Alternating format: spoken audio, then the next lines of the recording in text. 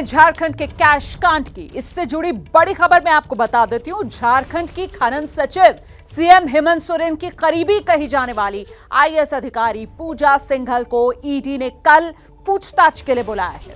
ED ने पूजा सिंघल को समन भेज दिया है। रांची के जोनल ऑफिस में पूजा सिंघल से कल ईडी की टीम सवाल जवाब करेगी। झारखंड से दिल्ली तक सियासत को गर्मा देने वाले इस कैश कांड से जुड़े ताजा अपडेट देती ये रिपोर्ट देखिए जरा।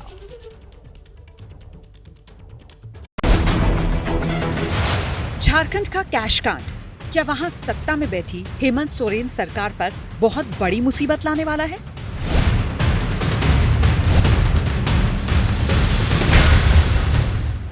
झारखंड का कैश कांड क्या सियासत और ब्यूरोक्रेसी के गठजोड़ की नई काली कुंडली को बेनकाब करने वाला है?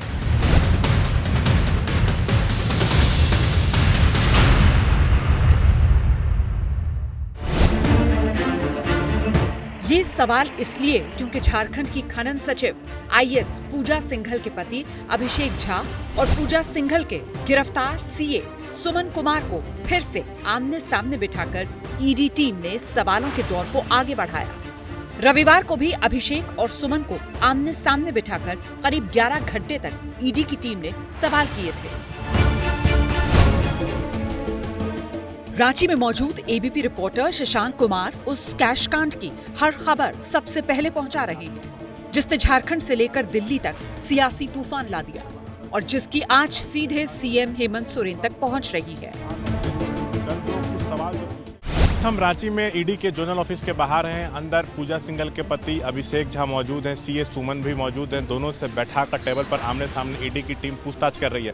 कल जो कुछ सवाल जो पूछे गए हैं, सूत्रों से जो हमें जानकारी मिल रही है वो यह है कि पल्स हॉस्पिटल के निर्माण में 123 करोड़ रुपए लगे, वो कहाँ से आए? क्या यह हवाला या मनी लॉन्ड्रिंग से आए थे? पल्स अस्पताल में क्या 20 सेल कंपनियों का संचालन होता था जिससे काली कमाई को सफ़ेद किया जाता था? अभिषेक झा से पूछा गया कि अस्पताल में आपकी पत्नी पूजा सिंघल का क्या योगदान व भूमिका है? अभिषेक झा से पूछा गया कि आपके अस्पताल में 2 दिन तक छापेमारी चली जिसमें 8 से ज़्यादा कंपनियों के बारे में जानकारी मिली है, जिसमें से 2 में आप मैनेजिंग डायरेक्टर हैं, इसकी सच्चाई क्या है? पल्स हॉस्पिटल बनाने के लिए किस बैंक से 23 करोड़ रुपया लोन लिया गया? ये सुमन से पूछा गया। ये पूछा गया कि आपकी क्या भूमिका थी? अभिषेक झा से पूछा गया क्या आपके पत्नी की कमाई जो है उसको आप अपने पिता कामेश्वर झा तक भी पहुंचाते थे? जो सूत्र बता रहे हैं इस तरह के सवाल जो हैं पूछे गए हैं। सूत्रों के मुताबिक अभिषेक झा से ये भी पूछा गया कि उनकी आईएएस पत्नी पूजा सिंघल के पद का प्रभाव कहां-कहां और किन-किन लोगों से उठाया गया। ये सवाल भी हुआ कि क्या रांची में एक नामी गिरामी कॉफी शॉप में मनी लॉन्ड्रिंग और ट्रांजैक्शन की बात होती थी।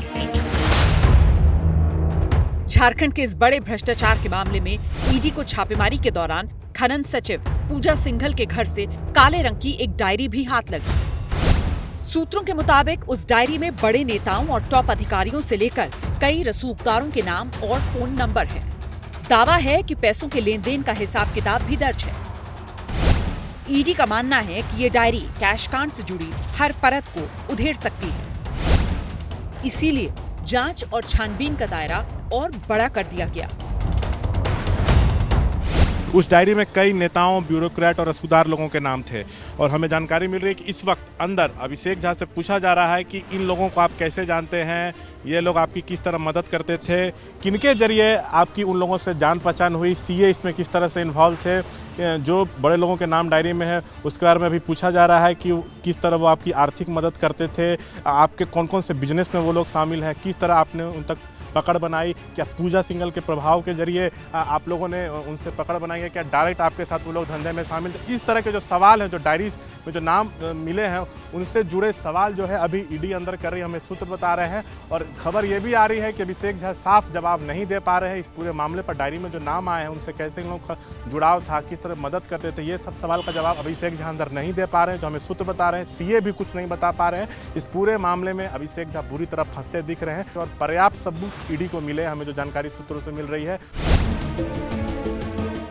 सूत्रों के मुताबिक झारखंड के इस कैश कांड से जुड़ा हर राज सामने लाने के लिए ईडी ने आयकर विभाग और सीबीआई से भी इस मामले में मदद मांगी। आपको बता दें कि शनिवार को झारखंड की खनन सचिव पूजा सिंघल के सीए सुमन कुमार के रांची वाले घर पर ईडी ने छापेमारी की, जिसमें करीब 20 करोड़ रुपए का भारी भरकम कैश बरामद हुआ, जिसे गिनने में मशीनों को घंटों लग गए। इसके बाद पूजा सिंघल से जुड़े 25 से ज्यादा ठिकानों पर ताबड़तोड़ छापेमारी की गई। झारखंड के अलावा राजस्थान, पश्चिम बंगाल, बिहार, दिल्ली, एनसीआर तक ईडी ने छापे मारे। रांची में पूजा सिंघल के पति अभिषेक झा के उस पल्स अस्पताल में भी 2 दिन तक छापेमारी चली। आरोप है जो भ्रष्टाचार का बड़ा केंद्र रहा है। ये पूरी छापेमारी ईडी ने खूंटी से जुड़े मनरेगा घोटाले को लेकर की गई। इस पूरे कैशकार्ड में सबसे अहम किरदार मानी जा रही पूजा सिंघल झारखंड के सीएम हेमंत सोरेन की बेहद भरोसेमंद और करीबी अफसर कही जाती है। इसीलिए जब इस पूरे मामले का खुलासा हुआ तो आज सीधे राज्य के सीएम हेमंत सोरेन तक पहुंच गए। और आईएएस पूजा सिंघल के बहाने बीजेपी अब हेमंत सोरेन सरकार को घेरने में जुटी है। विरोध प्रदर्शन और धरने दिए जा रहे हैं। ये तस्वीरें रविवार की हैं, जब हेमंत सरकार की सांकेतिक शव यात्रा तक बीजेपी ने निकाल दी।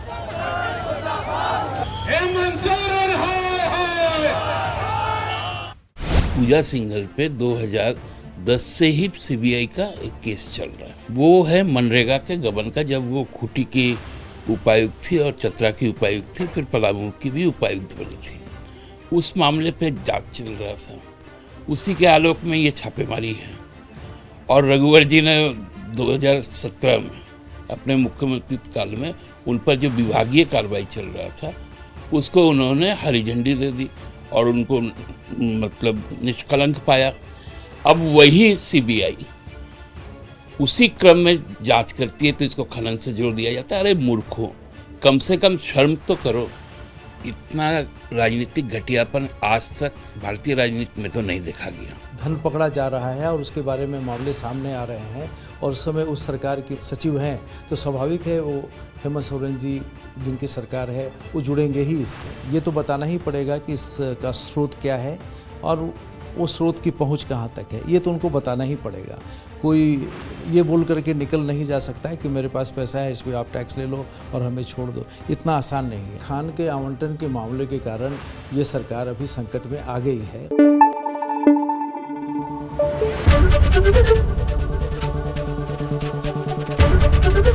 एबीपी न्यूज़ आपको रखे आगे।